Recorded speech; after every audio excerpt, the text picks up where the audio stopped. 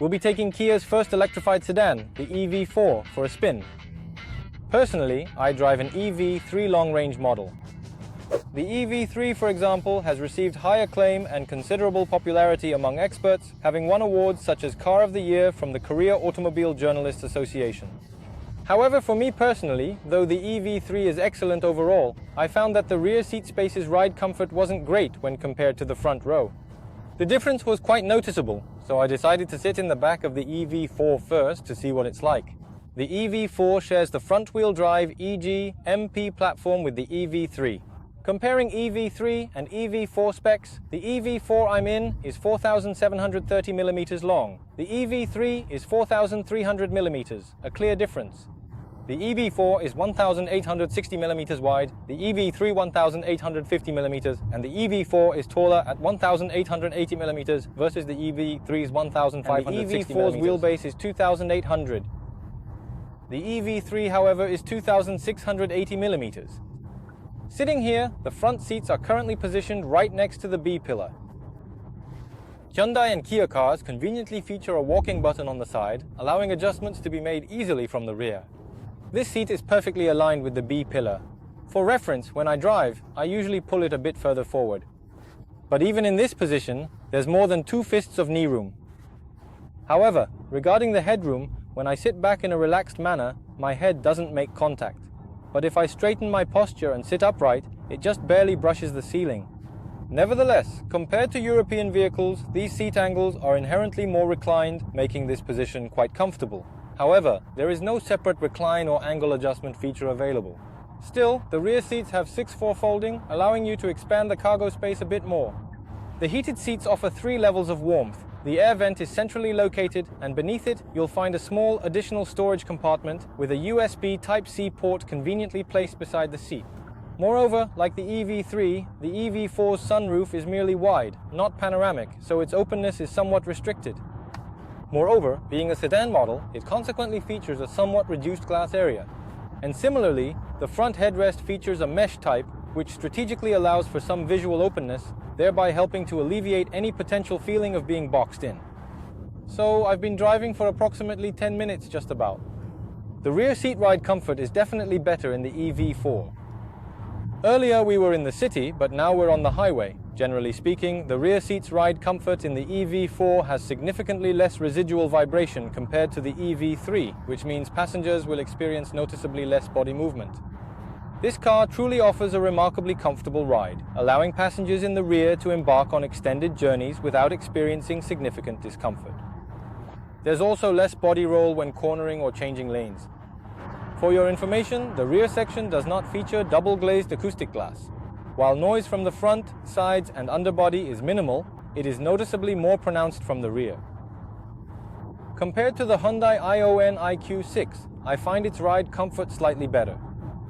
For the GT line, they also installed a black knit headlining above the head, which enhances the sense of luxury. Although it's not quite on par with suede, I really think the seat color combination in the GT line is the most refined and neatest of them all. When wearing jeans or similar attire, there's a concern about color transfer to the seat cushion. Therefore, I believe it's more practical to have the lower part of the seat cushion in a dark color and the upper part in a lighter shade. And another distinction from the EV3 is that while this sliding console table has a shorter forward travel range, its top cushion can fully recline backward, effectively transforming it into a convenient small table. Wow, I think that's a really great idea. And this part is finished with a rubber-like material to prevent things from sliding around. Wow, the rear seats are quite comfortable. This ride comfort isn't what I'd describe as luxuriously supple and absorbing, however. But even going over that speed bump just now, after the initial impact, it dampens the residual vibration quite cleanly. Personally, I'm very satisfied with the EV4's rear seats. Alright then, I'll move over to the front row and personally experience driving it myself. Alright, I've now moved to the front seat of the Kia EV4. Sitting here, the overall interior design and configuration closely resemble the EV3, giving me the impression of being in my own vehicle. However, the field of vision is certainly distinctively lower. Thus, if a vehicle is designed to be physically lower, even when sharing identical powertrains and configurations, differences in overall handling, ride comfort, and various other characteristics are bound to emerge. The EV4 is equipped with the same 4th generation battery. The long range has 81.4 kilowatt hours, with the standard also at 58.3 kilowatt hours. The EV4 long range, equipped with 17-inch wheels, boasts an impressive driving range of up to 533 kilometers. Furthermore, the standard model also achieves a driving range of 382 kilometers.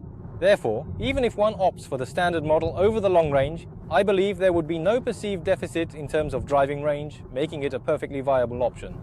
Actually, when I bought my EV, I initially intended to purchase the standard model. However, I considered that the driving range decreases in winter, and since one doesn't always drive with a full 100% charge daily, the standard 350 km range would likely translate to about 200 km in typical driving scenarios.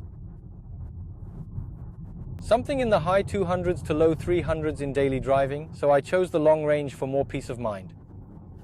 But with the EV4, I really think you might not need to go for the long range. That's what I'm thinking. For reference, the EV3's single-charge driving range is 501 kilometers. Surprisingly, although the EV4 is somewhat longer and broader than the EV3, its curb weight remains exactly the same at 1,835 kilograms. Despite sharing identical battery capacity and curb weight, the EV3's drag coefficient is 0.27, while the EV4's is 0.23. This difference in drag coefficient appears to contribute substantially to the EV4's extended driving range, making it quite remarkable. For charging, the long range requires around 31 minutes to go from 10 to 80% when using a 350 kilowatt rapid charger. The standard model is estimated to take around 29 minutes. Maximum power is 150 kilowatts with 283 Newton meters of torque. These specifications are exactly the same as the EV3's. Despite sharing the same curb weight, maximum power output, and peak torque, the vehicles exhibit distinct handling characteristics and a different feel when in motion. Therefore, even though they incorporate the same platform, battery capacity, and motor, the overall character of each car definitely feels unique. So, personally, regarding the vehicle's control performance, the tactile sensation, and the overall ride comfort, I believe it warrants a slightly higher score than the EV3. The GT line I'm driving uses Hankook ION Evo AS tires, size 215/50R19, which matches the EV3. While the size and make are identical to the EV3, the wheel designs for the 17-inch, 19-inch, and GT line all differ from the EV3's.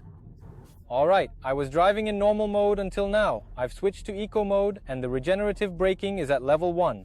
Indeed, switching to eco mode undeniably broadens the damping margin. This does slightly diminish responsiveness, but that expanded margin actually affords a more serene and unhurried driving experience, allowing for greater comfort on the road. Personally, I generally prefer to drive in eco mode. And regarding drive modes, it features eco, normal, sport, my drive, and also snow mode.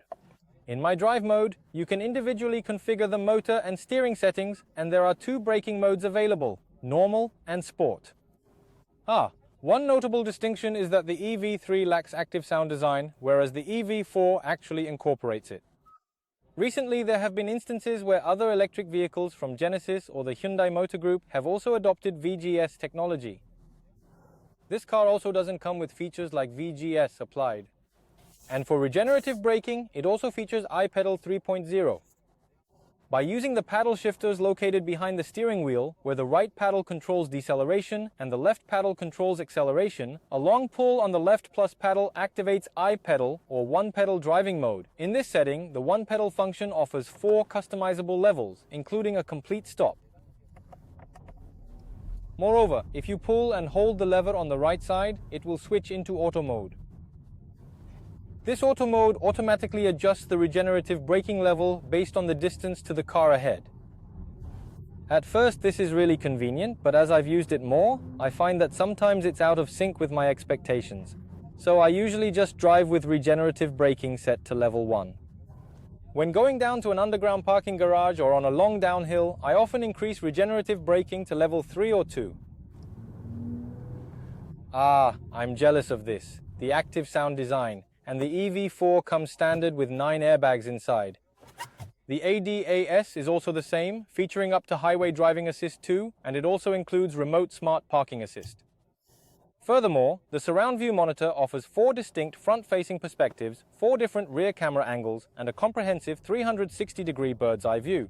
This feature disappears as you increase speed, but by swiping the right side of the CCNC screen, you can activate a function similar to a continuous surround view, even when the vehicle is in motion, providing a constant display. Another difference from the EV3 is the driver attention warning camera located behind the steering wheel. The display is also the same, a 12.3-inch cluster display, a 5-inch secondary screen in the middle, and a 12.3-inch infotainment screen, all connected in a wide-type layout. Alright, I've currently set the active sound design to its most robust setting.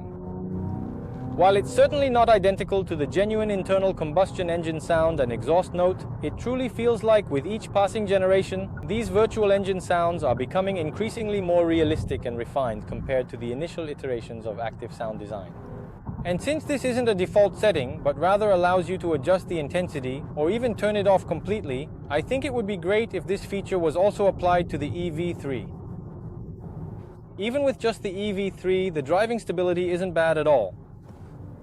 I was thoroughly satisfied with my driving experience, yet it's undeniable that the EV4, being somewhat lower to the ground, offers a distinctly superior level of stability. The interior mirrors the EV3, but the exterior design is clearly distinct. The front hood slopes down lower, but in the case of the EV4, even though it's a sedan model, it has black cladding around the exterior. It also has a roof spoiler, and there are a total of 9 exterior color options. There are 4 interior color options, including the black and white exclusive to this GT line.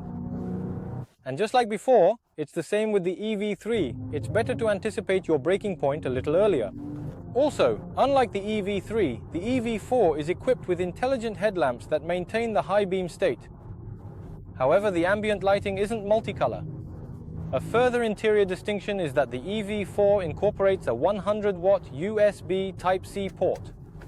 I anticipate that this feature will likely be integrated when the updated EV3 model is released, don't you think? And the structure of this smartphone wireless charging pad and the storage space is the same. However, the depth itself is in a position that's easier to reach compared to the EV3 when you extend your hand. The trunk has a basic storage capacity of 490 liters. In contrast to the EV3, there's no distinct front storage up front. Given that the hood itself is quite low and incorporates a front-wheel drive motor, it was likely challenging to provide that additional storage compartment. Alright, I've now switched the drive mode to Sport and increased the regenerative braking to level 3. When you increase the regenerative braking, you'll feel a distinct braking sensation as you lift your foot from the accelerator, much like an engine brake, which might cause some discomfort for any passengers. So, in my personal experience, when I have a passenger with me, rather than driving solo, I opt to keep the regenerative braking at level 1 or lower, avoiding any higher settings. So, right after this, we'll confirm once again what the EV3 is like and how it stacks up. For reference, the model I'm driving now is the long-range Earth trim. It has 17-inch wheels. Wheel size creates some difference, but even at its lowest, the EV3 spoiler is slightly higher than the EV4's. However, the EV3 isn't a significantly tall traditional SUV model either, so it's only slightly higher than the EV4, but you can certainly perceive the distinction. And as for the suspension, driving them back to back, the EV4 was great, but the EV3 also has good ride comfort and overall movement. While you can definitely perceive a difference in the actual feeling, that distinction isn't overwhelmingly significant. To summarize from an EV3 owner's viewpoint, the EV4 certainly boasts a more extensive driving range compared to the EV3, and being a newer model, it naturally includes several additional minor convenience features. Also, the price difference isn't that significant. While the EV4's officially certified fuel efficiency is higher, the EV3 still achieves good mileage with a range exceeding 500 kilometers. Consequently, instead of assessing which car is superior or inferior merely due to these spec differences, I believe the decision will ultimately depend on whether you favor a sedan or an SUV. Thank you for listening.